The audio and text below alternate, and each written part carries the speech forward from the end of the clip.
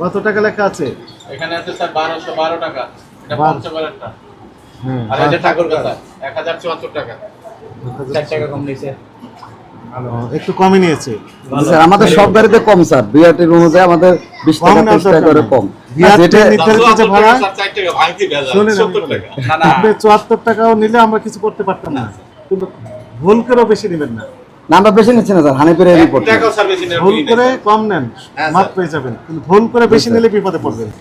প্রত্যেকটা টিকিটের এগেইনস্টে যত বেশি নেবেন, 1 টাকাও যদি বেশি নিয়ে থাকেন মামলা হবে।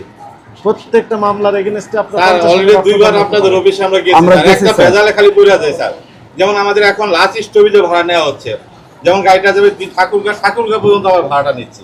অনেক যাত্রী যেমন রংপুর নেমে যায়, তারা রংপুরের নেমে যায়, তারা পরবর্তীতে যায় অভিযোগ করে যে আমাকে রংপুর নামছে, আমাকে এত টাকা নিচ্ছে। অথচ আমরা বারবার বলে দিই যে ভাই আমার গাড়ি ঠাকুরগাঁর গাড়ি। আমাদের আগে কি করতেন?